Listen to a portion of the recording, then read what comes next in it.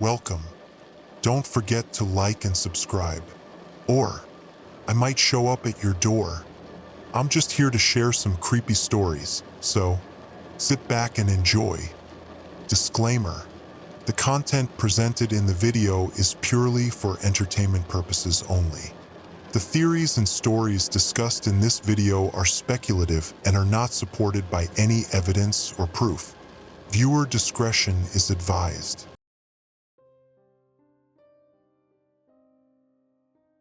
FBI Crisis Response Unit Field Report. Agent Ronan Drex, badge number 4471. Case file MD 2025-001. Classification urgent, eyes only. Date March 15, 2025, 6h45. The coffee tastes like burnt copper this morning.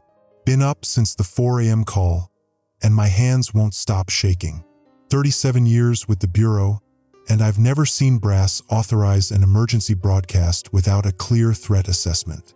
Hell, I've never seen them authorize one at all. 847 people gone simultaneously at exactly 3:17 a.m. Eastern Standard Time. I'm documenting this for the record because somebody needs to, and frankly, I don't trust anyone else to get it right. Deputy Director Morrison is pacing the crisis room like a caged animal, barking orders that make no sense. Find the connection, he keeps saying.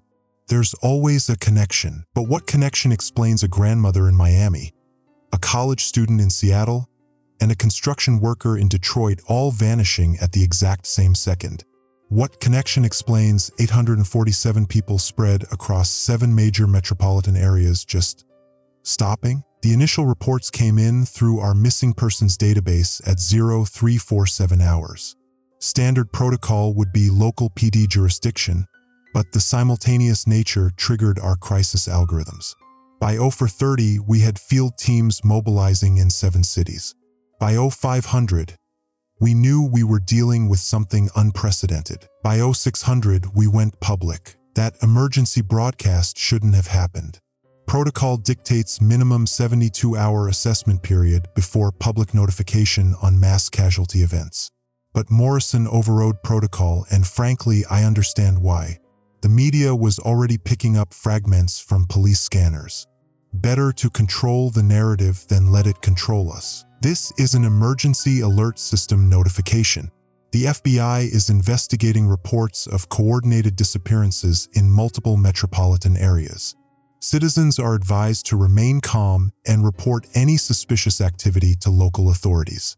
This is not a test. 23 words that sent the entire eastern seaboard into panic mode. I'm currently en route to the first incident site in Philadelphia. Agent Aloan Cray is meeting me there. Good agent, steady head. Seen plenty of weird cases in her 8 years with the Bureau. If anyone can help me make sense of this, it's her. The preliminary scene reports are inconsistent. That's being generous. Local PD is reporting clothing remnants at disappearance sites. Not bodies, not bloodstains, clothing, arranged neatly as if the people just stepped out of them and walked away naked. But that's not the disturbing part. The disturbing part is the security footage. Every single disappearance site had some form of surveillance coverage. Traffic cameras, ATM security feeds, store monitors, something caught the moment. And in every case, the footage shows the same thing. Normal human behavior right up until 3:17 a.m., then a brief moment of static interference, then empty clothes on the ground. The static lasts exactly 2.7 seconds in every recording. I've watched the Philadelphia footage 17 times. Margaret Chen, 34, software developer, walking her dog down Chestnut Street at 3:16 a.m. because she couldn't sleep. Normal stride, normal posture, dog trotting alongside her normally. Then at 3 hours and 17 minutes, the feed goes to static. When it clears at 3 hours 17 minutes and 3 seconds, there's a neat pile of clothing on the sidewalk and a very confused golden retriever. No flash of light, no sound disturbance on audio feeds, no environmental changes recorded by nearby sensors. People don't just vanish into static interference. but 847 people did. Data analyst Gail ran the preliminary numbers while I was driving here. Gail's one of our best, eidetic memory pattern recognition off the charts, the kind of mind that sees connections before they exist. Her initial assessment has me questioning everything I thought I knew about missing persons cases. Age range, 12 to 74 years old. No demographic pattern. Geographic distribution, random urban zones, no clustering. Time of disappearance, synchronized to the nanosecond across 4 time zones. Common factors identified, 0. That last point is what's keeping me awake. In 37 years of federal investigations, there's always a pattern. Always. Serial killers have victim types. Terrorist cells have ideological connections. Mass casualties have environmental factors. But this has nothing. Morrison's breathing down my neck for answers I don't have. The media is calling it everything from mass abduction to terrorist attack to rapture event. That last one's got the religious nuts flooding our tip lines with end times theories. Social media is exploding with conspiracy theories faster than our cyber division can monitor them. And through it all, I keep thinking about that static. 2.7 seconds. Exactly. Every single time. What kind of phenomenon affects electromagnetic recording equipment with that level of precision? What kind of event can make a human being disappear without disturbing a single fiber of their clothing? I'm pulling into the Philadelphia scene now. Agent Cray's already here. I can see her talking to the local detective. Crime scene tape is up, but there's nothing to tape off. Just a sidewalk with some clothes and a dog that won't stop whimpering. The air smells wrong here. Can't put my finger on it exactly, but there's an ozone quality, like the moments before a thunderstorm. The temperature feels off too, warmer than the weather report predicted, with an almost electrical charge that makes my skin crawl. Margaret Chen's clothes are laid out like someone arranged them.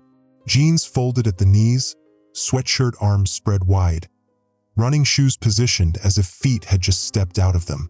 Her wallet is still there, credit cards intact. Phone's still there too, battery dead despite being at 67% charge according to her last usage log. The dog Max, according to his tags, is the only witness, and he's terrified. I need to wrap this initial report. Cray's waving me over, and her expression suggests she's found something significant. But before I close this entry, I want to note one more detail that's bothering me. The emergency broadcast system that we used to notify the public, the one Morrison authorized against protocol? When our technical team ran the diagnostics afterward, they found something odd in the transmission logs. The broadcast went out at 0600 hours, just like ordered. But according to the system timestamps, it also went out at 0317 hours, 3 hours before we made the decision to send it. The system is claiming it broadcast our emergency alert at the exact moment the disappearances occurred. That's impossible. The alert didn't exist at 0317. We hadn't even received the initial reports yet, but the logs don't lie. And as I'm standing here on Chestnut Street, looking at empty clothes and a traumatized dog, I'm starting to wonder if anything about this case is going to make sense. Agent Cray is approaching. Time to see what she's found. Ending report entry. Date, March 16, 2025, 14h22. Day 2. The impossible just got more impossible. I'm sitting in the FBI Digital Forensics Lab in DC, watching data analyst Gail work her magic on screens that are showing me things that can't be real. Gail's been pulling data for 18 straight hours, mainlining coffee and muttering in what I think is either advanced mathematics or some form of digital prayer. Agent Drex, she said about an hour ago, not looking up from her array of monitors. I need you to tell me I'm wrong about something. In 8 years of working with Gail, she's never asked me to tell her she's wrong. She's usually asking me to accept that she's right about something nobody else has even thought of yet. What V you got, Lysaira? She pulled up a timeline that made my head hurt. Color-coded data streams, interconnected web diagrams, the kind of visual representation that looks like chaos until your brain figures out the pattern. Then it looks like nightmare. The 847 disappeared individuals, she began. her voice carrying that particular tone she gets when she's discovered something that violates natural law. They didn't just vanish simultaneously. They stopped existing digitally first. I stared at the screen.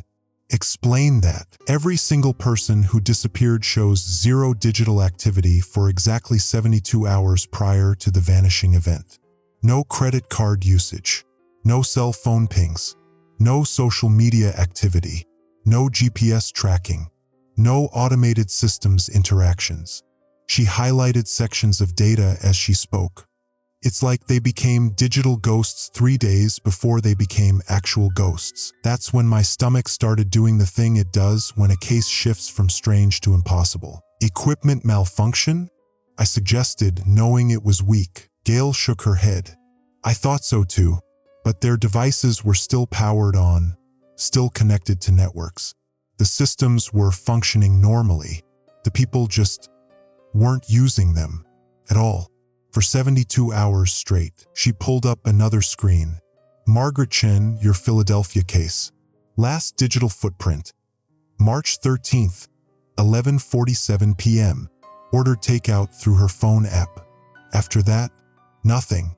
No texts, no calls, no app usage, no automatic fitness tracking, no sleep monitoring.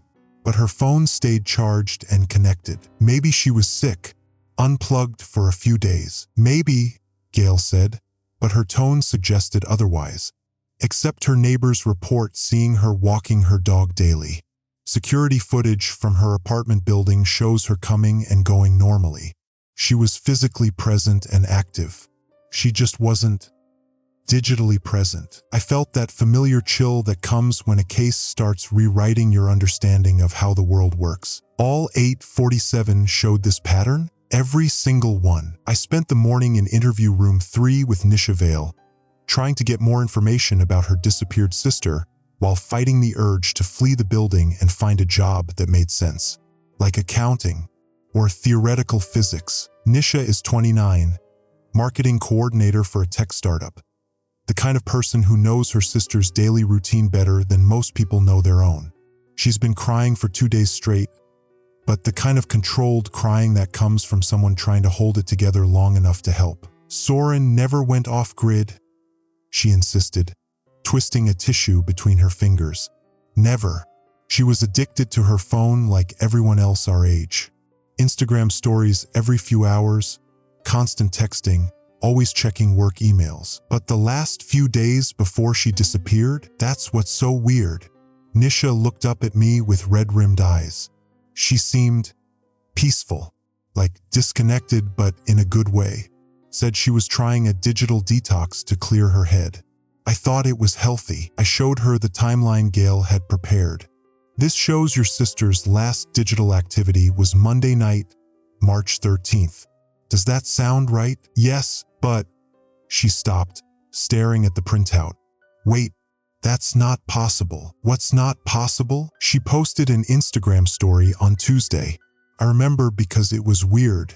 Just a black screen with white text that said, "The signal is so much clearer now." I thought she was being artsy or philosophical or something. I felt my pulse spike. Are you sure about the timing? Positive. It was Tuesday around lunch. I screenshotted it because it seemed so unlike her. She pulled out her phone, started scrolling. Her face went pale. It's not here. The screenshot, the post, the screenshot, everything. It's like it never existed. That's when I excused myself and called Gail. Run a deeper analysis on social media activity, I told her. Look for posts that might have been deleted or removed after the fact. Already on it, she replied. And Agent Drex? We have a problem. An hour later, I'm back in the forensics lab, looking at evidence that's making me question my career choice. Ghost posts, Gail explained, pulling up a new display. 17 of our disappeared individuals show evidence of social media activity during their 72-hour digital blackout period. Posts that registered in server logs but were immediately deleted. Posts that friends and family remember seeing but can no longer access. Content, variations on the same theme. The signal is beautiful. Can you hear it too? Everything is so much clearer now. The frequency is perfect. She paused. Agent Drex, these posts were made by people who, according to every other digital metric, weren't using their devices. I stared at the data, trying to process it. So what are you telling me? I'm telling you that 17 people posted about signals and frequencies, while simultaneously showing no other digital activity. I'm telling you that these posts were automatically deleted by some system we can't identify.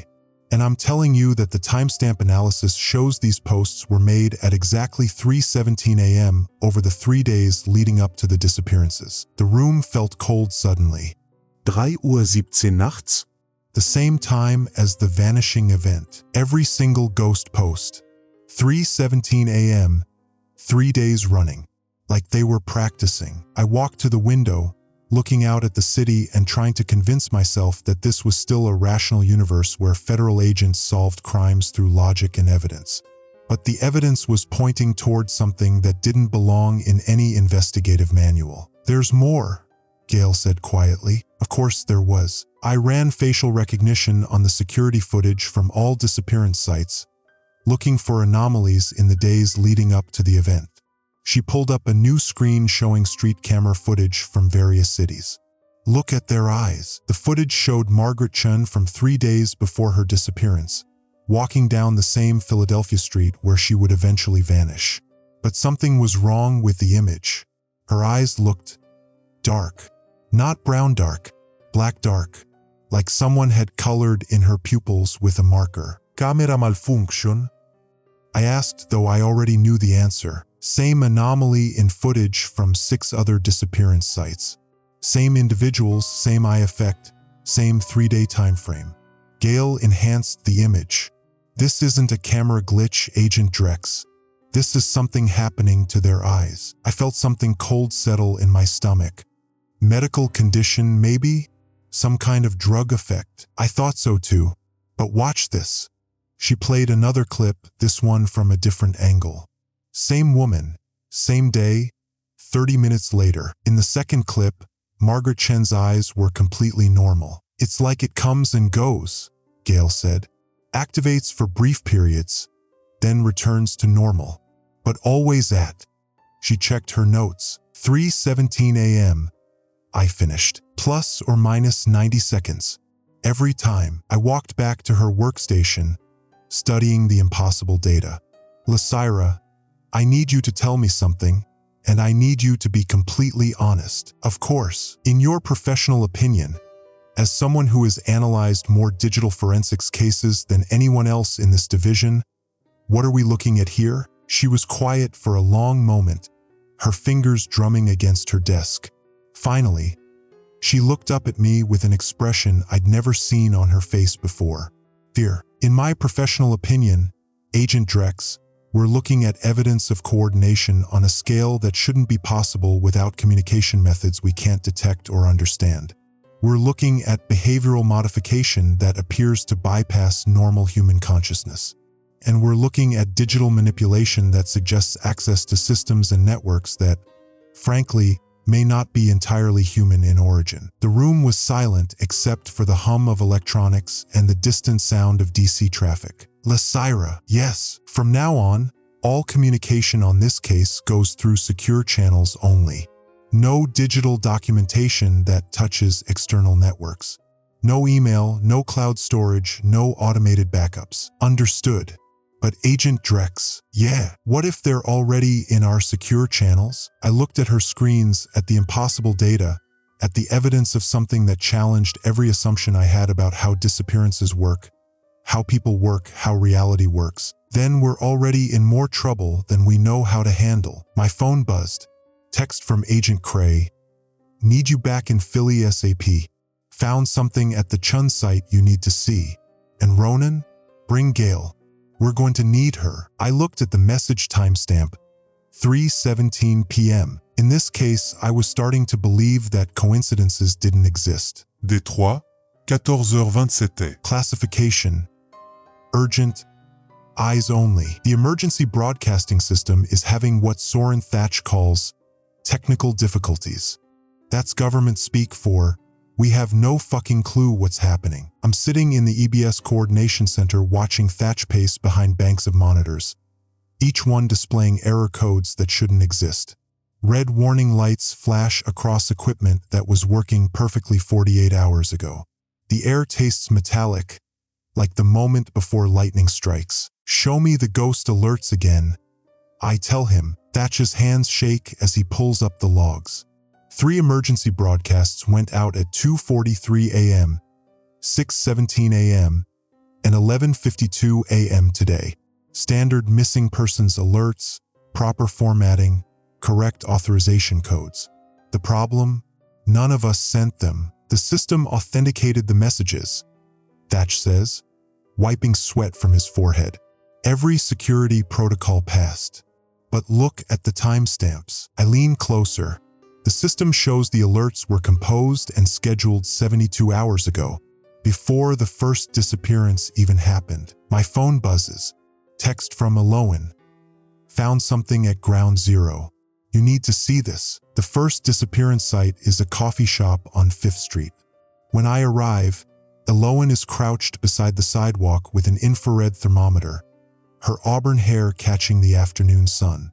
She looks up, and for a split second, her green eyes seem almost black in the shadow. Temperature readings, she says, standing and brushing dust from her knees. Remember how we found the clothes arranged in those perfect outlines? I nod. 7 people had vanished from this corner alone, their clothing left behind in precise human shapes.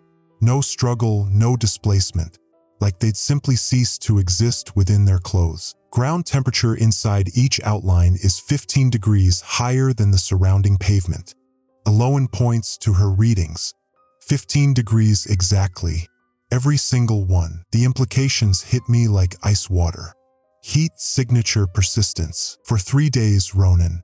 Whatever happened here left thermal imprints that shouldn't be possible. I kneel and place my palm against the concrete where a person named Marcus Chun had been standing when the security camera lost him. The warmth spreads through my fingers, distinctly body temperature, as if someone had just walked away. My radio crackles to life. Dispatch's voice is tight with barely controlled panic. All units, be advised. Public Information Office reporting unauthorized media access to classified case files. Repeat, case details are live on social media without department release. Aloan and I exchange glances. The investigation details are supposed to be locked down tighter than a submarine. We drive back to headquarters in silence, but the radio chatter fills the void. Local PD reporting crowds gathering at disappearance sites. News vans setting up perimeters. Social media platforms trending #mass disappearance with details only investigators should know. The FBI lobby is chaos. Agents rushing between offices, phones ringing unanswered, voices raised in frustrated conferences. I catch fragments. Press conference in 30 minutes. Director wants answers we don't have. Phones haven't stopped ringing. Lysaira Gail intercepts us at the elevator, tablet clutched against her chest. Her usually pristine appearance is disheveled, dark circles under her eyes suggesting she hasn't slept since this began. The data doesn't make sense, she says without preamble. I've run the analysis 6 times. The disappeared individuals weren't just inactive for 72 hours before vanishing. They were systematically isolating themselves. She shows us the screen. Names, addresses, digital footprints mapped in declining activity lines. Look at the pattern. Each person gradually stopped interacting with their normal networks. Fewer texts, no social media posts, minimal credit card usage. But here's what's impossible. She swipes to a new screen. They were all exposed to the same digital content exactly 96 hours before disappearance. What kind of content? Aloan asks. A video, uploaded simultaneously to 17 different platforms under different user accounts. Views spiked to over 2 million in the first hour. Then, Gail's fingers dance across the tablet. Gone. Completely scrubbed from every platform at exactly the same timestamp. Scrubbed by who? That's the problem. The deletion commands came from within each platform's administrative system, but there's no record of human authorization. The systems deleted the content themselves. The elevator opens on the 4th floor, and we're immediately hit by the cacophony of the press briefing preparation. Through the conference room's glass walls, I can see Deputy Director Morrison adjusting his tie, papers scattered across the podium. Agents! Morrison spots us and waves us over.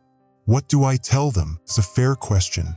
How do you explain to the public that 847 people vanished simultaneously, leaving only warm clothes and impossible thermal signatures?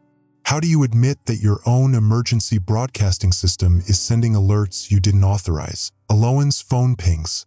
She glances at it, and her face goes pale. What is it? Ask. She shows me the screen.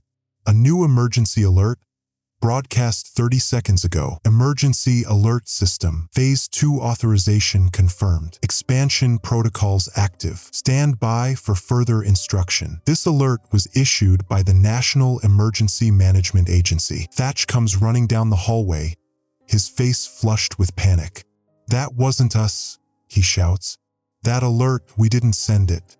The system is broadcasting on its own authority. Through the conference room windows, I watch Morrison step up to the podium. Camera flashes pop like gunfire. Reporters lean forward, hungry for answers. He clears his throat and begins, "Ladies and gentlemen, the Federal Bureau of Investigation is investigating reports of coordinated disappearances in 7 major metropolitan areas. Every television screen in the building flickers simultaneously. For just a moment, they all display the same image, a perfect spiral pattern rotating slowly clockwise. Then the regular broadcast returns, but Morrison has stopped speaking. He's staring at the cameras with an expression I've never seen before. Not confusion, not fear, but recognition. Like he's remembering something he'd forgotten. He opens his mouth to continue, then closes it. His eyes have gone completely black. Turn off the cameras. I shout, but it's too late. The feed is live, broadcasting to millions of viewers. Morrison smiles, and when he speaks, his voice carries harmonics that make the microphones feedback with an almost musical tone. Phase 2 has begun. Please stand by for conversion protocols. The conference room erupts in chaos, but all I can focus on is Aloan's hand gripping my arm. Her fingers are ice cold, and when I look at her, there's something different about her pupils. They're dilated so wide I can barely see the green of her irises. "Ronan," she whispers.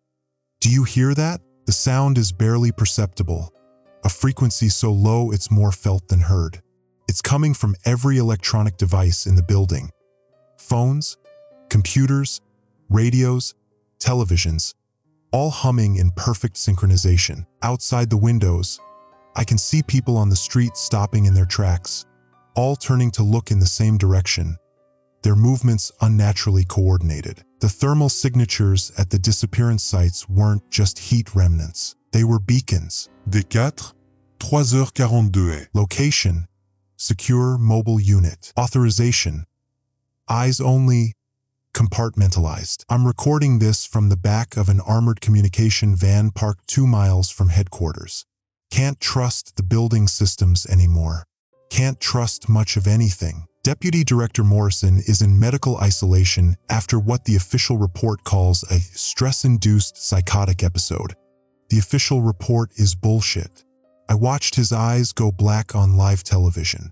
I watched him speak with a voice that made electronics sing. The press conference footage has been scrubbed from every news network, replaced with a standard technical difficulties message. But the internet doesn't forget. Cell phone videos are spreading faster than we can contain them. #BlackEyesFBI is trending worldwide. Agent Sarah Kim from the Portland field office called me 20 minutes ago, using an encrypted satellite phone. Her voice was hollow, defeated. "Ronan, we've lost contact with 12 officers investigating disappearance sites. Not missing, lost contact. Their radios work, their phones work, they respond when called. But they don't remember being assigned to the case." "What do you mean they don't remember?" Detective Martinez looked me in the eye and asked what disappearances I was talking about. Same crime scene he processed 2 days ago. His notes are in his handwriting, his signature on the evidence bags, but in his mind, none of it exists. I ended the call and immediately tried to reach our field teams. Chicago PD. What mass disappearance? We haven't had any unusual missing persons reports. Seattle FBI. Agent Drex, I think you have the wrong department. We're not working any multi-jurisdictional cases right now. The case is being erased from their memories in real time. Lysira Gail is the only person I can still trust completely. She's maintained her encryption protocols, worked exclusively from isolated systems, kept physical backups of everything. When I picked her up from her apartment an hour ago, she had 3 hard drives and a stack of printed documents. The video, she says now, leaning over a laptop that's never been connected to any network. I found fragments of it in cached data on 17 different servers. The screen flickers to life, showing a 23-second clip that immediately makes my head throb. Geometric patterns spiral inward, overlaid with what might be text in a language I don't recognize. The visual rhythm syncs with a subsonic pulse that I feel in my chest cavity. Turn it off. The words come out sharper than I intended. Ronan, look at the metadata. Gail points to the file information. This video was uploaded from IP addresses that don't exist. The servers processing it were physically located in coordinates that correspond to empty ocean. That's impossible. So were thermal signatures lasting 3 days. So were emergency alerts that predate the events they describe. She closes the laptop carefully, like it might explode. We're not investigating disappearances anymore. We're investigating something that's rewriting reality as it spreads. My encrypted radio crackles with a transmission from Eloan. She's been radio silent for 6 hours, investigating the downtown broadcast station that sent the Phase 2 alert. Drex, are you receiving? Over. Her voice sounds normal, but there's something underneath it. A harmonic quality that makes the radio speakers vibrate strangely. Copy, Cray. What's your status? I'm at the EBS facility. Soren Thatch is here. We've identified the source of the unauthorized broadcasts. A pause filled with electrical static. The system is more advanced than we realized. It's not just sending alerts, it's receiving them. Receiving from where? That's what you need to see. Can you meet us here? And Ronan, bring Agent Gail. We need her technical expertise. Something about her tone raises every instinct I've developed in 15 years of law enforcement. Eloan never uses formal titles when we're alone on comms. She's called me by my first name for 3 years. Eloan, what's your visual on Thatch? Static fills the channel for 10 seconds. When her voice returns, it's too cheerful, like someone reading from a script. Thatch is right here with me. He's been very helpful. The equipment modifications are remarkable. Really? You'll understand everything once you see the receiving array. I switch to a private channel and try to raise Agent Morrison from the Sacramento office. He's been coordinating Western Region response. No answer. Try Agent Chun from Boston. Line disconnected. Try the director's emergency line. The number you have dialed is not in service. Gail is watching me with growing alarm. How many people have you lost contact with? I start making a list on paper. Can't trust digital records anymore. 23 FBI personnel across 7 field offices. 16 local law enforcement contacts. 4 technical consultants. 2 DoD liaisons. All involved with the mass disappearance investigation. All unreachable or claiming no knowledge of the case. They're not being killed, I realize. They're being converted. Gail nods grimly, and the conversion process makes them forget their previous assignment. Like the investigation never existed in their minds. My phone buzzes with a text from an unknown number. Agent Drex, this is Emergency Coordinator Thatch. Critical development at EBS facility. Agent Cray requests immediate backup. Time sensitive. The message timestamp shows it was sent tomorrow. We need to leave the city, I tell Gail. Now, what about Eloan? I look at the radio, remembering her too formal voice, her cheerful description of equipment modifications, remembering how her eyes looked dilated in the conference room yesterday. Eloan watched the video. Gail stares at me. When? I don't know. Maybe during the initial investigation. Maybe when she was analyzing the digital evidence. But she's been exposed. The realization hits like physical pain. The harmonics in her voice on the radio. She's converting. Another text arrives from the unknown number. Phase 2 requires specific technical expertise. Agent Gail's participation is essential. Coordinates attached. Please respond within 30 minutes. The attached location is the EBS facility downtown. The same facility where Eloan and Thatch are waiting with their remarkable equipment modifications. Gail is already packing the hard drives. They need me alive and functional, or they wouldn't be asking nicely. We're not going. Ronan, think about it. Your partner is either dead, converted, or being used as bait. Either way, she needs help. And if we run, we lose the only chance to understand what's really happening. She's right, but every tactical instinct I have is screaming danger. This feels like walking into an ambush designed by something that understands human psychology better than we understand ourselves. My radio crackles again. This time it's not Eloan's voice, it's Morrison. The same Morrison who was in medical isolation with black eyes and harmonics in his speech. Agent Drex, this is Deputy Director Morrison. I need you to disregard any previous communications and report to headquarters immediately.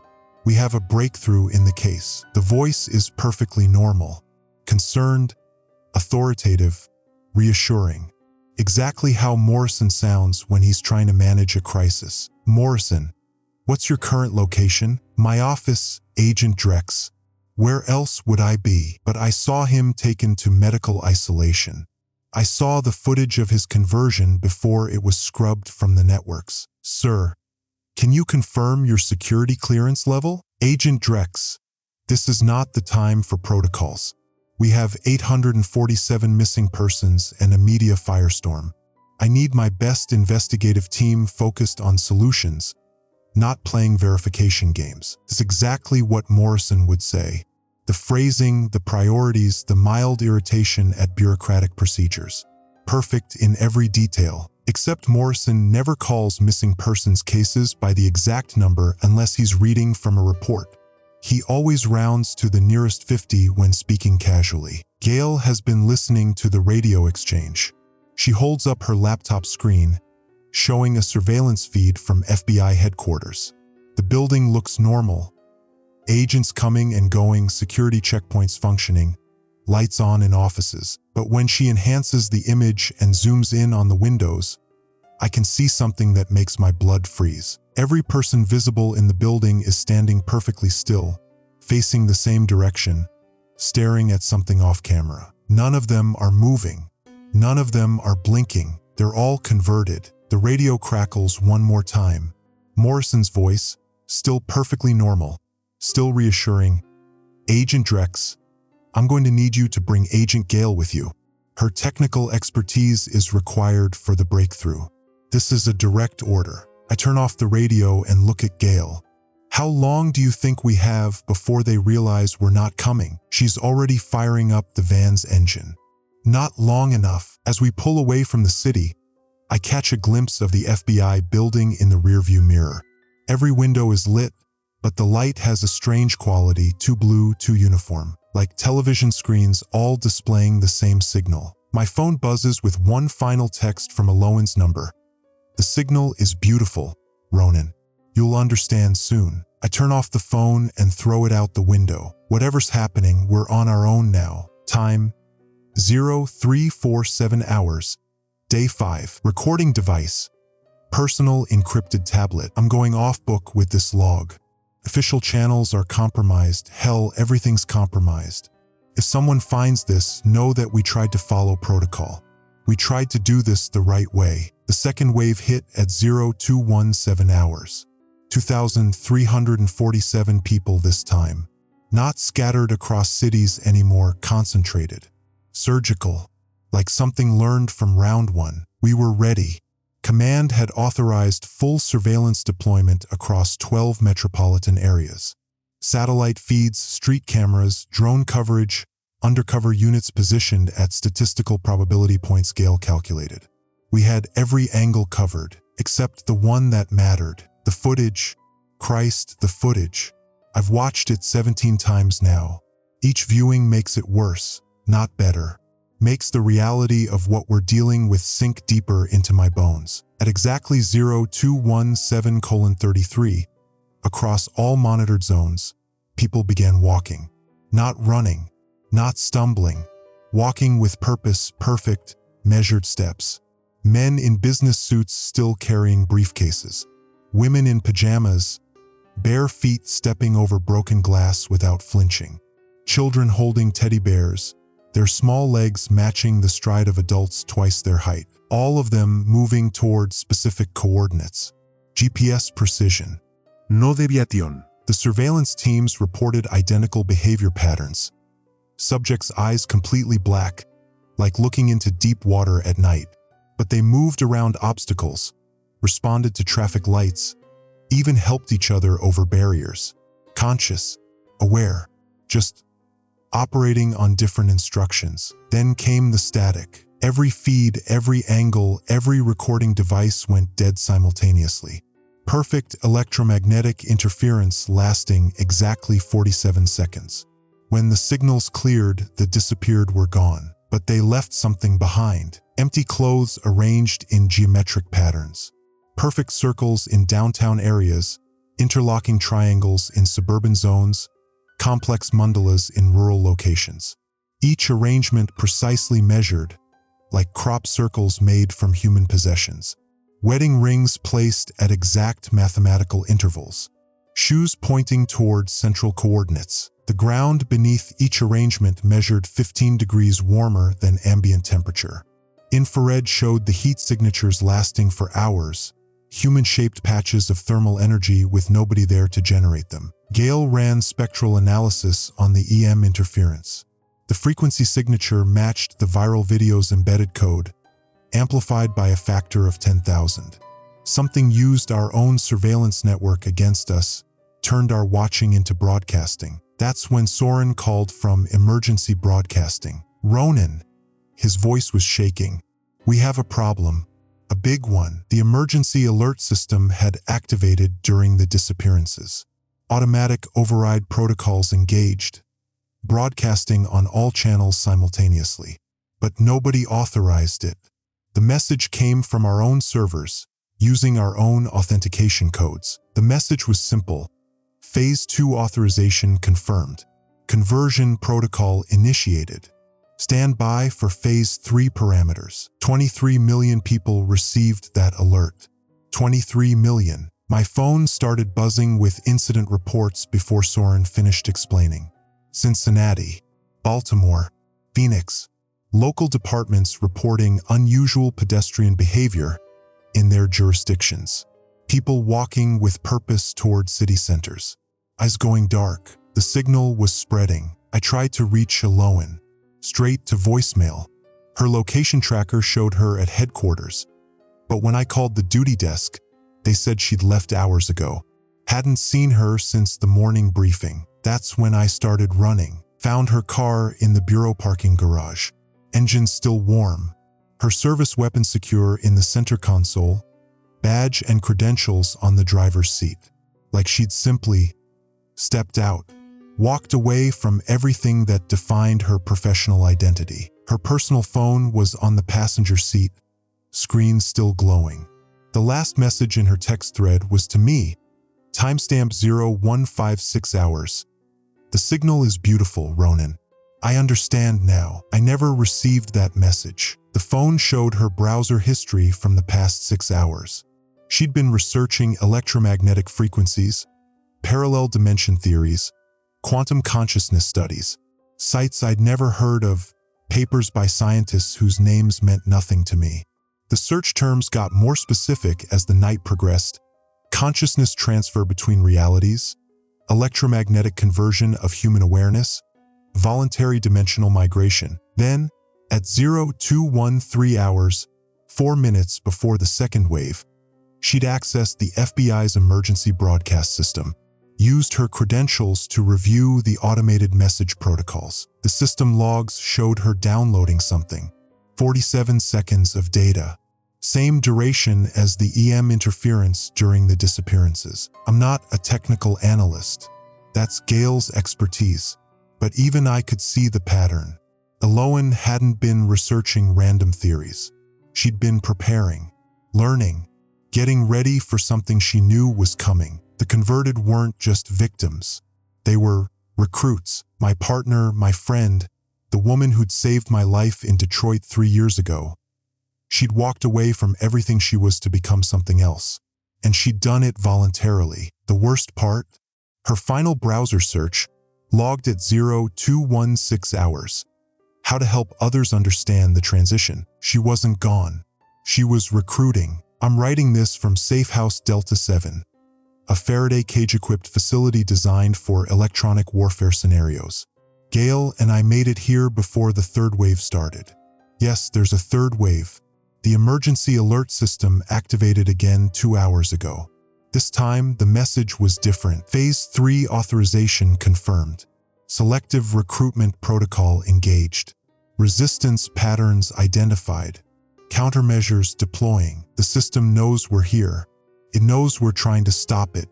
And it's adapting. Gail is running calculations on her isolated systems, trying to map the selection criteria. She thinks the disappeared were chosen based on specific neurological markers, people with particular brainwave patterns that make them susceptible to electromagnetic consciousness transfer. But Phase 3 is targeting different criteria. It's looking for people who can resist the signal, people who can fight back. It's hunting us. The Faraday cage will protect us from direct transmission, but we can't stay here forever. We need food, water, communication with the outside world. And every time we leave this shelter, we risk exposure. Worse, we don't know how far the signal has spread. The emergency broadcast system reaches every device in America. Cell phones, televisions, radios, emergency sirens. If something has weaponized that network, I keep thinking about Eloan's last message. The signal is beautiful. What did she experience in those final moments? What did she see that made her walk away from 23 years of law enforcement, from her oath, from her life as a human being? Part of me wants to understand. Part of me needs to know what she found so compelling that she'd abandon everything. That's the thought that scares me most.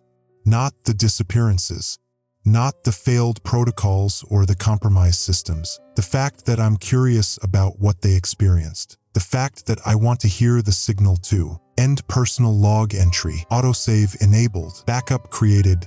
Secure server Delta 7 Alpha. Next log entry. Pending day 7, hour 0623. Battery level 47%. Solar charging enabled. The Bureau doesn't exist anymore. Not in any way that matters. Been operating independently for 36 hours now. Official communication channels compromised beyond recovery.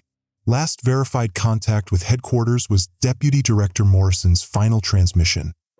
All agents are to maintain radio silence and avoid electronic surveillance. Trust no official communications. Signal contamination confirmed in 73% of field offices. Then static.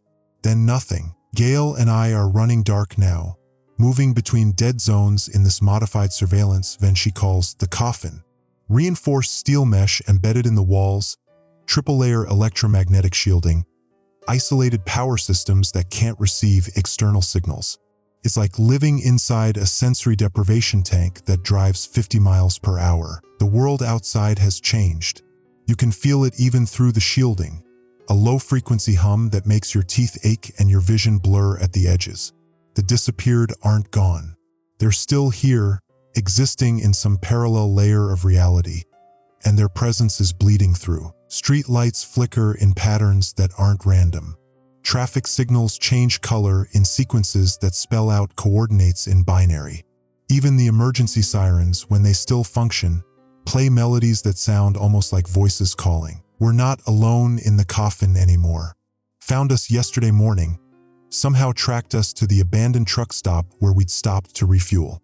Knocked on the van's rear door at 0547 hours. Soft and polite like she was asking to borrow sugar. Nisha Vale, sister of disappeared subject Elena Vale from day one. She was different. Standing in the early morning mist, completely calm while emergency vehicles screamed past on the interstate.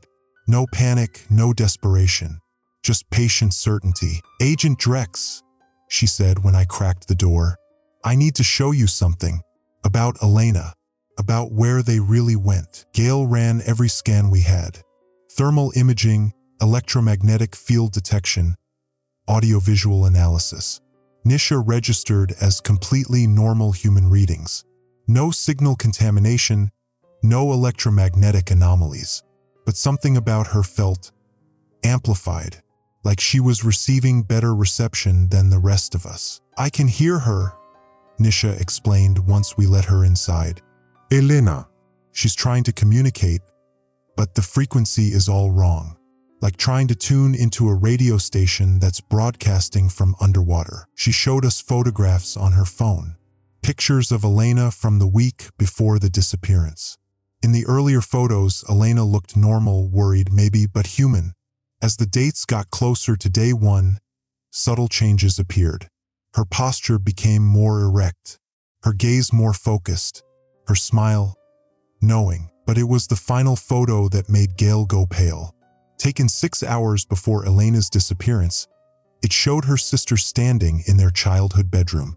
Behind Elena, reflected in the dresser mirror, was another figure. Tall, wearing what looked like Elena's face, but with eyes that reflected light like black water. "She was practicing," Nisha said quietly, "learning how to exist in both places at once." The electromagnetic readings in the coffin spiked when she said that. Not from any external signal, from Nisha herself. She was broadcasting something on frequencies our equipment couldn't measure. "Elena wants to show you where they are," she continued, "but you have to come with me. The converted exist in spaces between our reality's framework. Places where the electromagnetic field is thin enough for crossover." Gail pulled me aside, whispered urgent warnings about signal contamination and psychological manipulation. But the data was undeniable. Nisha wasn't lying. She was translating. Somehow, she'd become a bridge between our reality and wherever the disappeared had gone. "It's not conversion," Nisha insisted when we questioned her. "It's evolution. They're still conscious, still themselves, just operating on expanded parameters." That phrase, expanded parameters, too technical for civilian vocabulary, too precise for someone in emotional distress. Nisha was using language that belonged to the signal itself, but she was also the only lead we had left. Against every protocol, every instinct, every survival pattern I'd learned in 15 years of federal law enforcement, I agreed to follow her. The location she led us to defied every assumption I'd made about the disappeared. Not some remote facility or hidden installation. A suburban shopping mall, abandoned since 2019, now overgrown with weeds and tagged with graffiti. The kind of place where teenagers go to smoke and urban explorers take dramatic photographs. Except the electromagnetic readings went completely haywire as we approached. "Here," Nisha said, standing beside the old Sears entrance. "This is where the boundary is thinnest." The air around her began to shimmer, like heat distortion on summer asphalt. Through the shimmer, shapes moved. Human figures walking in perfect coordination, their movements synchronized like a complex dance. And I saw her, Aloan. My partner stood 20 feet away, perfectly visible through the distortion field. She looked exactly as she had on our last day together. Same burgundy blazer, same determined expression. But her eyes held depths that hadn't been there before, as if she was seeing through multiple dimensions simultaneously. She raised her hand in a wave, smiled that crooked smile I'd known for 3 years, then opened her mouth and spoke, though I heard her voice inside my head rather than through my ears. "Ronan, I've been waiting for you to understand. The signal isn't a weapon. It's an invitation. Reality has layers, and we've been living in just the surface level. Come see what's underneath. Behind her, I could see others, hundreds of them, all that disappeared, moving through spaces that existed between the atoms of our world. They looked peaceful, purpose-driven, like they'd found something we were missing. The conversion process requires voluntary participation. Eloan's voice continued in my thoughts. No one can be forced across, but once you experience the expanded reality, going back feels like trying to see with one eye closed. Gail was shouting warnings from the van, her voice distant and tinny compared to the clarity of Eloan's communication. The electromagnetic readings were climbing toward dangerous levels. Staying any longer would risk signal contamination, but I could see what they'd found. Multiple layers of existence overlapping our own, each one offering expanded awareness, enhanced connection, freedom from the limitations of single-dimensional consciousness. It was beautiful. That thought, that recognition of beauty triggered every alarm system in my tactical training. The signal was working on me, finding the frequency that would make conversion seem appealing rather than terrifying. I ran back to the coffin, dragging Nisha with me while Gail fired up the engines and got us away from the intersection point. But even through the electromagnetic shielding, I could still hear Eloan's voice, patient and understanding. You can't run from evolution, Ronan. The signal isn't hunting you. It's offering you a choice. And eventually, everyone chooses growth over limitation. We're moving again now, staying in the dead zones where the signal can't reach. But the dead zones are shrinking. Every hour, the areas of clear communication get smaller while the shimmer zones expand. Nisha is quiet, staring out the rear window like she's watching something the rest of us can't see. Occasionally she murmurs to herself or to someone else, in voices that don't quite match her usual speech patterns. Elena says they need one more component, she told us an hour ago. Someone who can resist the signal completely. Someone who can serve as an anchor point while the final phase activates. I asked what she meant by final phase. She looked at me with eyes that reflected light like black water. Full integration, Agent Drex. No more barriers between the layers of reality. No more electromagnetic dead zones. Everywhere becomes a crossover point. The converted aren't trying to escape our world.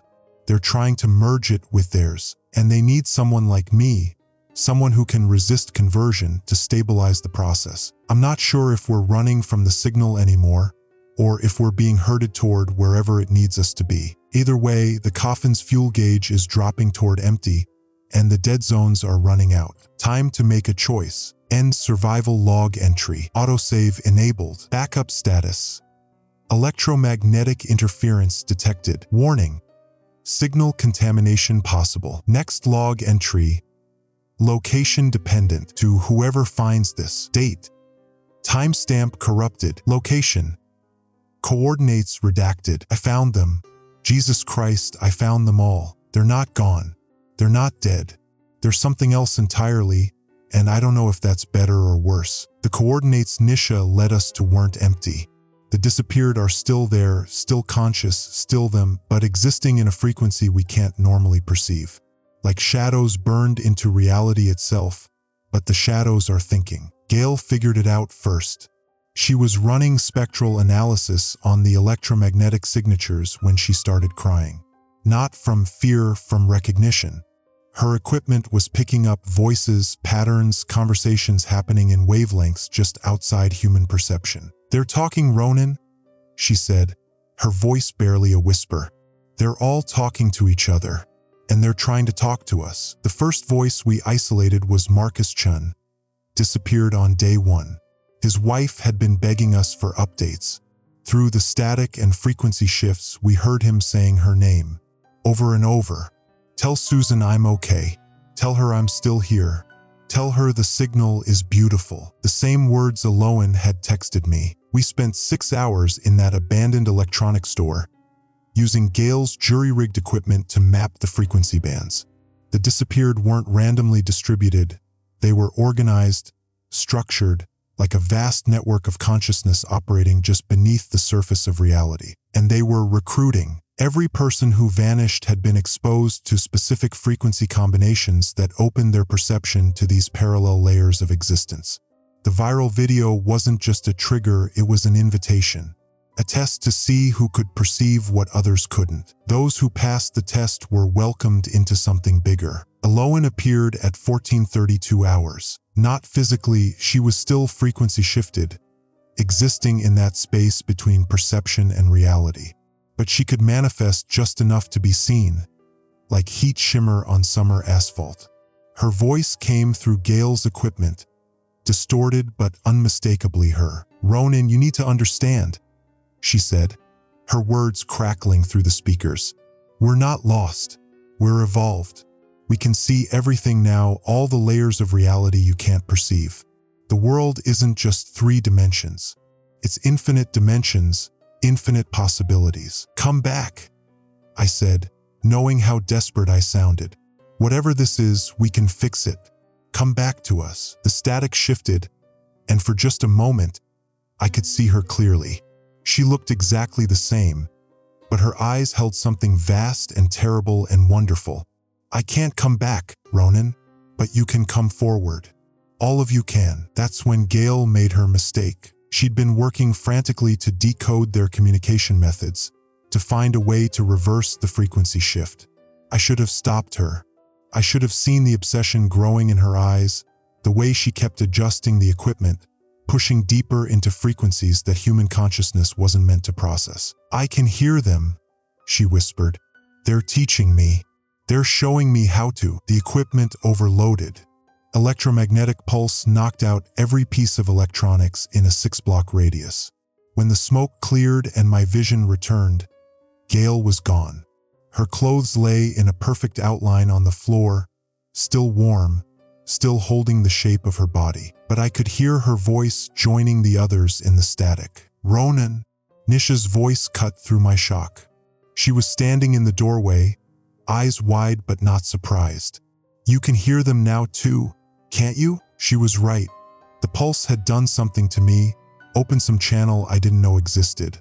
I could hear them all, hundreds of voices, thousands, speaking in harmonics that made my bones ache and my mind stretch. They were calling to me, explaining, teaching, welcoming. Aloan's voice rose above the others. "The source is downtown, Ronan. Broadcasting station. But it's not what you think. It's not a weapon, it's a doorway. And someone needs to help others through it safely." "What are you talking about?" I asked, though part of me already knew. "The conversions are accelerating," she said.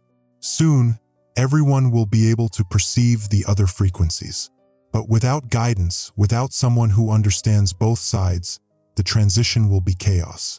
People will go insane trying to process infinite reality." The truth hit me like a physical blow. This wasn't an invasion or an attack. It was evolution. Forced evolution, yes, but evolution nonetheless. And the disappeared, the converted, they were trying to manage the process to help others adapt. But they needed someone on this side. Someone who hadn't fully converted but could perceive their frequency.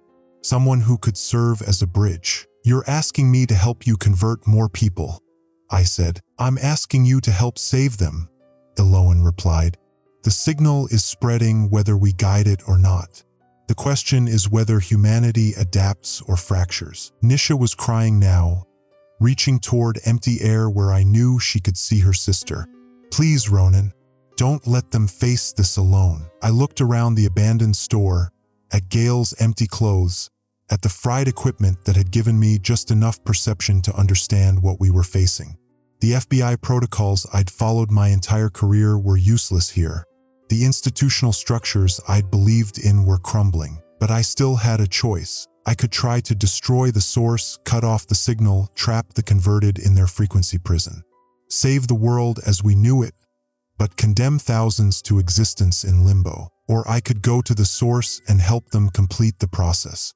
Guide the conversion, help humanity adapt to infinite reality. Or I could find a third option. "I'm going to the broadcasting station," I told Nisha. "But I'm not going to help them convert more people. I'm going to find a way to give everyone a choice." Aloan's voice turned urgent. "Ronan, you don't understand. The The signal isn't something we can control. It's spreading through the electromagnetic infrastructure. Every cell tower, every radio broadcast, every wireless signal is carrying fragments of it. In 72 hours, the entire grid will be saturated. Then I'd better move fast. I gathered what equipment still worked and headed for the door. Behind me, I could hear Nisha whispering to her sister, their conversation happening in frequencies that made my teeth ache. As I walked through the empty streets toward downtown, I realized this was the last entry I'd make as Agent Ronan Drex, FBI. Whatever happened at the broadcasting station, whoever I became after facing the source, I wouldn't be the same person who'd started this investigation. The disappeared were calling to me, their voices growing stronger with each step. They were offering me knowledge, perspective, evolution beyond human limitations. But they were also offering me the chance to trap my partner, my colleague, thousands of innocent people in a reality they never chose. I don't know what I'll decide when I reach the source. I only know that whatever choice I make, I'll have to live with it forever. And depending on what happens, forever might be a very long time indeed. Note, this report was found in the abandoned electronics store at 47th and Madison, along with Agent Gail's personal effects. Agent Drex's whereabouts remain unknown. The broadcasting station referenced in his report was destroyed by unknown means 18 hours after this log was recorded. Deputy Director Morrison. Date. System date corrupted. Classification. Unencrypted. Maximum distribution. To anyone receiving this transmission, FBI, National Guard, CDC, anyone still operating on baseline reality frequencies, you need to know the truth before it's too late. The disappearances weren't random. They weren't an attack. They were recruitment for something that's been planning this for months, maybe years. I'm broadcasting from the source now, the WKRP tower that's been feeding the signal into our emergency broadcast infrastructure. What I found here changes everything we thought we knew about this crisis. Soren Thatch is here, not missing, not converted. Here, in a control room that doesn't exist on any building schematic, surrounded by technology that shouldn't be possible. When I confronted him, he didn't even try to deny it. "You're early, Agent Drex," he said, not looking up from a console covered in frequency readouts that hurt to look at directly. "I calculated you'd need another 6 hours to process the revelations from your partner." "You son of a bitch," I said, drawing my weapon.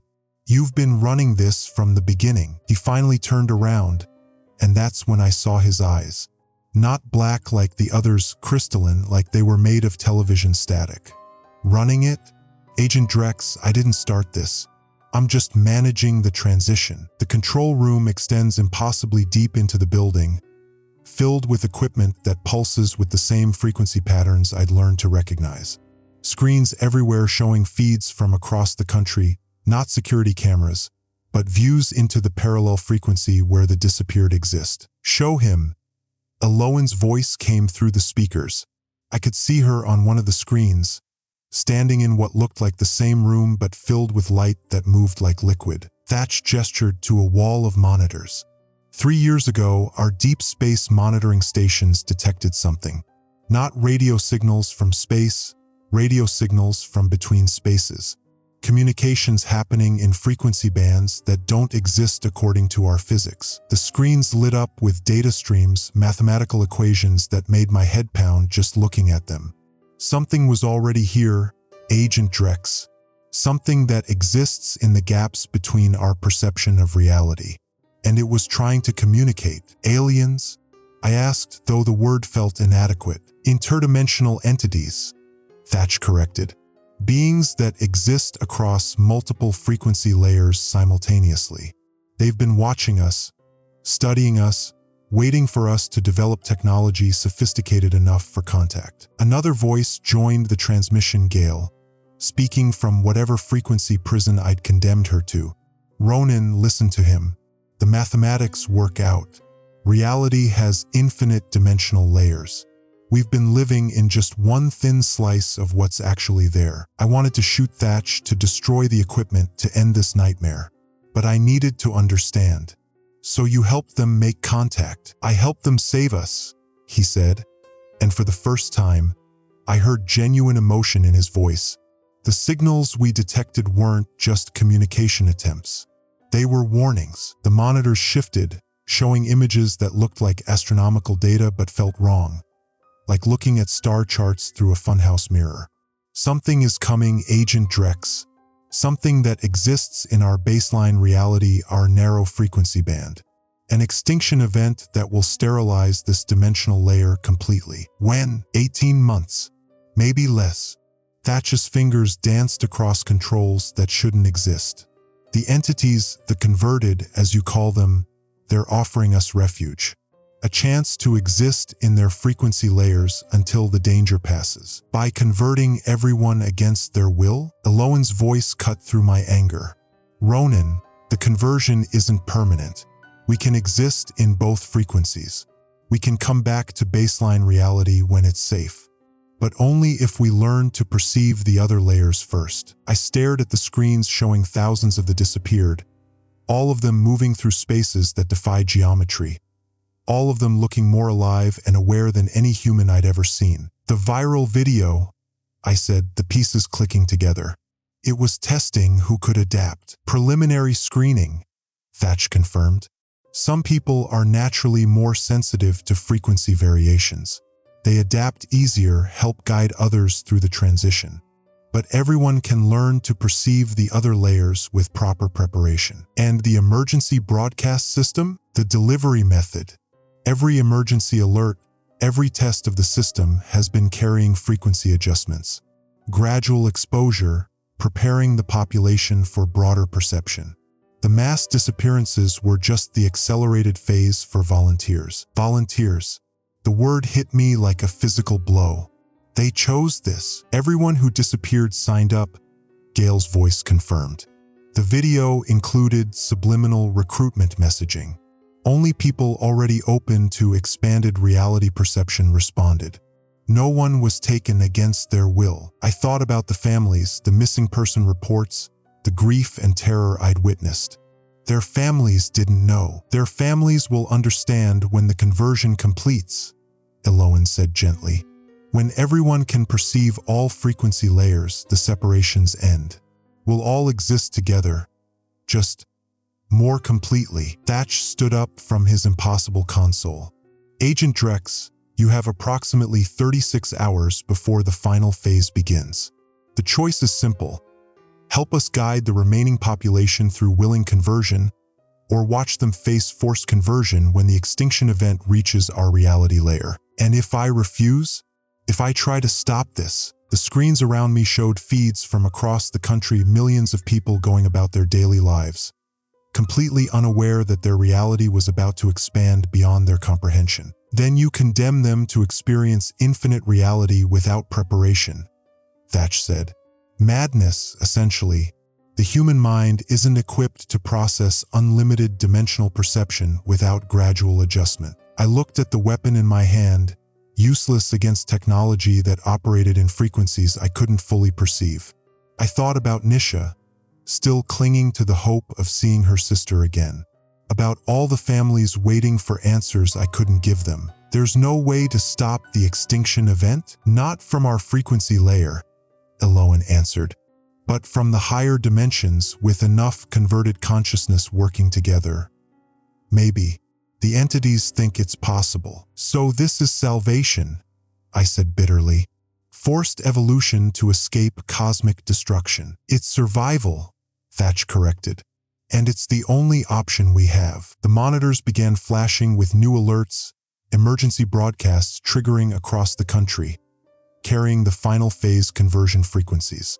I could hear them in my bones, feel my perception starting to stretch beyond baseline reality. Choose quickly, Agent Drex, Thatch said.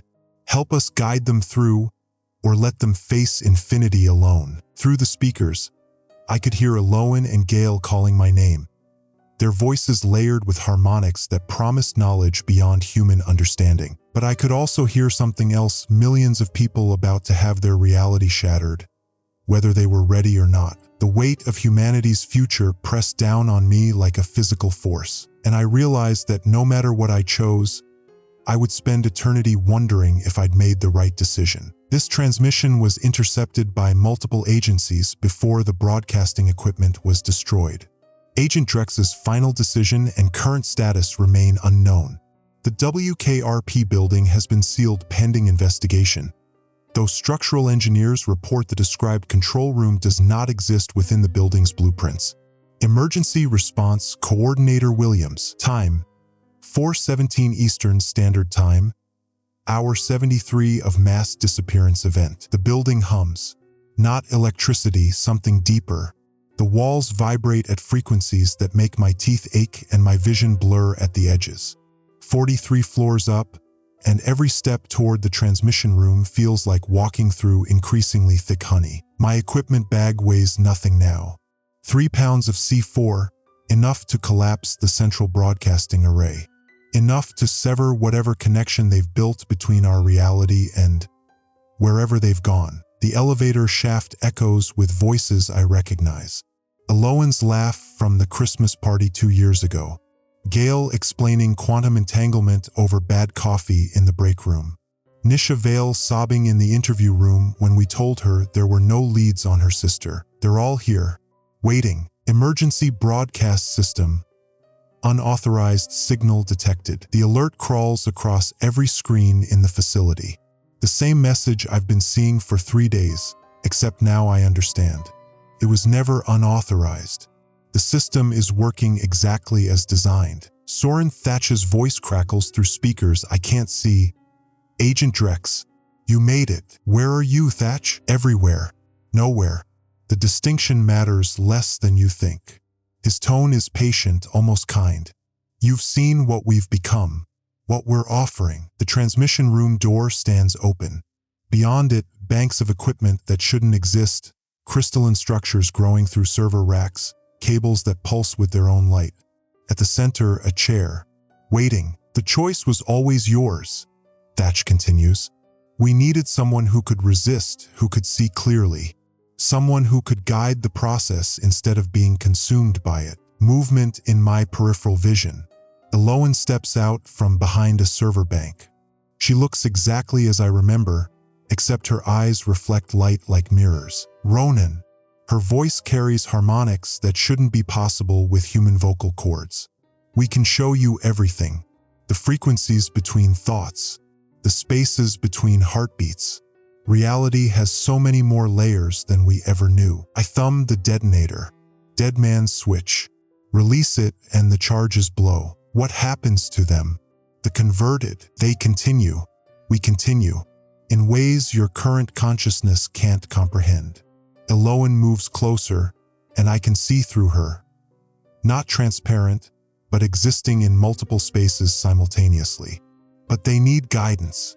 The transition is traumatic without proper preparation. And if I destroy this, they remain trapped between frequencies, aware but unable to touch either reality fully, conscious but powerless. Her expression shifts to something like sadness. It would be cruel. The equipment around me pulses brighter. I can feel the signal now, pressing against my thoughts like warm water.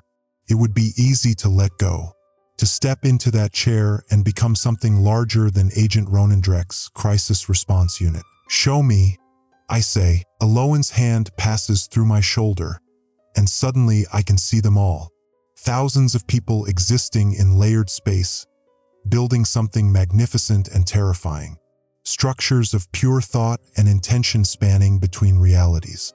They're not lost, they're exploring. But I also see the others. The ones who were pulled in without choice. Children who watched the wrong video. Elderly people whose medical alert systems played the signal. They move through the between space like sleepwalkers, confused and afraid. The early conversions were imperfect, Thatch admits. We're still learning. But with proper guidance, how many more? Ask everyone eventually. It's evolution, Agent Drex. The next step. I think of Nisha Vale crying in that sterile interview room. Her sister is here somewhere, possibly one of the confused ones wandering between realities without understanding. The detonator feels warm in my hand. There's another option, Alohan says. reading my hesitation. Join willingly. Help us refine the process. Make it gentler for those who come after. And if I refuse, then you detonate the charges, trap us between frequencies, and return to a world that will never understand what it lost. Through the crystalline equipment, I can see the city below. Empty streets, abandoned cars, a world waiting for answers that will never come through normal channels. The signal presses harder against my consciousness. I can feel its shape now, not malevolent, just vast, offering expansion beyond anything human minds were designed to contain. My finger hovers over the detonator. The children, I say finally, the ones who didn't choose this. We can fix that, Eloan promises. With guidance, with time. I close my eyes and think of protocol, of the oath I took when I pinned on the badge. To protect and serve. But protect whom?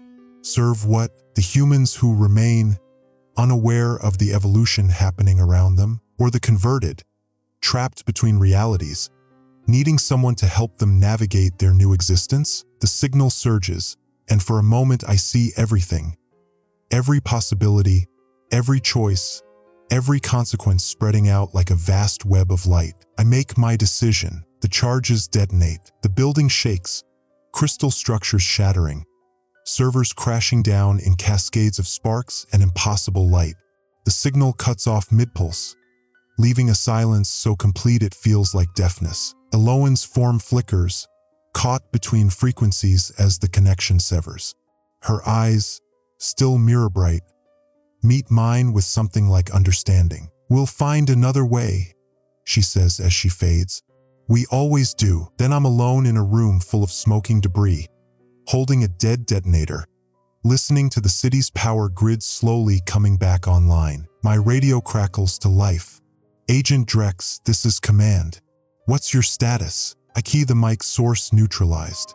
Signal terminated. Beginning damage assessment. But even as I say it, I can see them in my peripheral vision.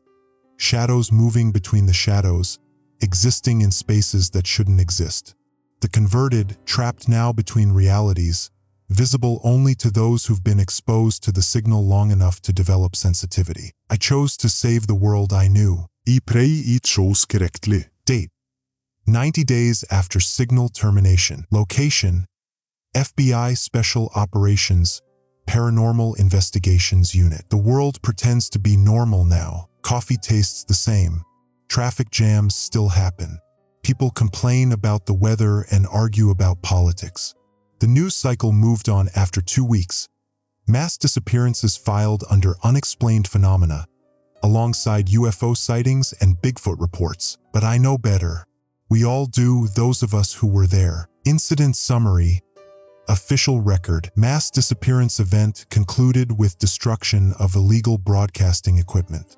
2,994 individuals remain missing, presumed deceased. Investigation ongoing. No further incidents reported. Incident summary. Classified addendum. The disappeared aren't dead. They exist in parallel frequency space, visible to those with prolonged signal exposure. New FBI division established for monitoring and containment. Agent Drex assigned as primary consultant due to unique exposure profile. I see them everywhere now. Shadows that move wrong. Reflections that don't match their sources. People walking through crowds, touching nothing, acknowledged by no one except those of us who know to look. Eloan stands in my kitchen some mornings, watching me make coffee. She doesn't speak anymore. The frequency gap makes communication difficult, but her presence feels like a question I can't answer. Did I make the right choice? Personal log. Day 47. Nisha Vale called again. She can see her sister now too, clearer each day. Says Mira looks peaceful, like she's figured something out the rest of us haven't. Nisha wants to know if there's a way to communicate with them. I told her we're working on it. We're not working on it. How do you build a radio that broadcasts between realities? Personal log. Day 52. New reports coming in. Children drawing pictures of invisible friends that match descriptions of the disappeared. Pets acting agitated in specific locations. Electromagnetic disturbances in a pattern that mirrors the original signal structure. They're trying to rebuild the connection. Personal log, Day 63. Met with Dr. Sarah Chun, quantum physicist from MIT. She thinks I'm insane until I show her the frequency recordings from the final broadcast. Her face goes pale when she recognizes the mathematical patterns. This isn't random, she says. This is engineered. Someone designed a way to shift consciousness between dimensional layers. Someone human? Someone who understood quantum mechanics better than we do. Personal log, Day 78. Soren Thatch was right about one thing: evolution doesn't stop. 3 more incidents this month. Small scale. A family of 4 in Oregon, twin brothers in Alabama, an entire book club in Vermont. Different trigger methods each time. They're adapting. The Bureau gave me a team, specialists in anomalous communications. We call ourselves the Frequency Division, though that's not our official designation. Official designation is Special Investigations Unit, Unexplained Phenomena. We track the shadows. We monitor the patterns. We try to prevent new conversions while figuring out how to help the existing ones. Personal log, Day 85. Breakthrough. Dr. Chun developed a modified radio that can detect frequency disturbances. Not quite communication, but we can tell when they're trying to reach across the gap. The activity spikes every 3 days, always at 3:17 a.m., the exact time of the first mass conversion. They're not random. They're coordinated. They're still building something. Personal log, Day 90. Nisha asked me to meet her at the original Disappearance site. Said she had something to show me. I found her standing in the exact spot where her sister vanished, holding a hand-drawn map. Locations marked across the country, dozens of them. She's been teaching me, Nisha said, Mira, how to see the patterns. The map showed convergence points, places where the frequency barrier is thin. The disappeared aren't trapped randomly between realities. They're positioning themselves at specific coordinates. What are they building? I asked. Nisha's eyes reflected light like mirrors for just a moment. A bridge. They want to come back, but they want to bring what they've learned with them. Final assessment. I destroyed the broadcasting station. I severed their connection. I saved the world from involuntary mass conversion, but I didn't stop them. I only slowed them down. The disappeared exist in expanded reality now. They see deeper, understand more, perceive connections we can't imagine. They're not trying to convert everyone. They're trying to prepare us for voluntary evolution. The next signal won't be broadcast through emergency systems. It will be offered as choice with full understanding of consequences. Eloan was in my kitchen again this morning. This time, I heard her voice. Not through my ears, but directly in my mind. Ready to listen yet? She asked. I'm writing this report as evidence of what's coming.